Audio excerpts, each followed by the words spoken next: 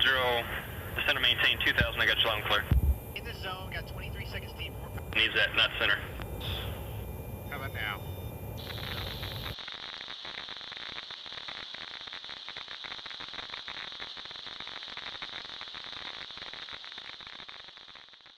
Contrairement à une idée reçue, les génies fainéants n'existent pas. Et il y a finalement assez peu de romanciers qui écrivent le nez en l'air dans les cafés une page par jour à l'inspiration. Il y en a, hein. Donc il est évident que dès qu'on se lance dans une entreprise qui a un peu d'ambition, et c'était mon cas, arrive un moment où on est obligé de bosser un peu à fond tout le temps et longtemps. Donc en fait, quand il s'est agi de donner une suite à Citoyen clandestin et au Serpent en mille coupures, et que j'ai essayé de trouver un contexte qui reprenait le même esprit réaliste que celui qu'il y avait dans Citoyen clandestin, voire même de progresser dans ce réalisme-là, assez rapidement, j'ai fait le tour des conflits et des grands clashs géopolitiques qui pouvaient avoir lieu à ce moment-là, et plus que l'Irak, en fait, l'Afghanistan qui était la source de Citoyens, puisque c'est d'Afghanistan que sont partis les ordres pour le 11 septembre et la source de l'entrée en guerre des Américains contre le terrorisme. Il m'a semblé que l'Afghanistan était un pays plus intéressant et qui réunissait en fait plus d'éléments propres à écrire un roman avec un souffle épique.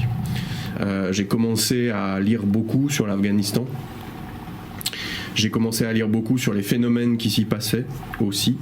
Alors cette lecture, elle a pour source, donc la presse est une des premières sources. Après, il y a une littérature qui a été faite autour de ces choses-là. Après, il y a, et c'est l'avantage que ces conflits étaient d'abord et avant tout anglo-saxons, chez les Américains, cette volonté même d'organes officiels de publier énormément de documentation et de sources d'information. Donc ça a été une troisième source de lecture.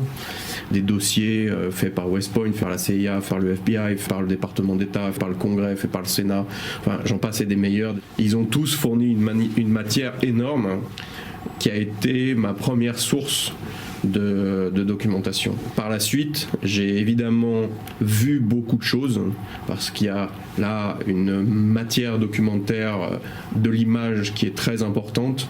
Donc il y a eu énormément de choses qui ont été produites sur la façon dont on fait la guerre, la façon dont elle se passe, les endroits où elle se passe, qui l'a fait, comment.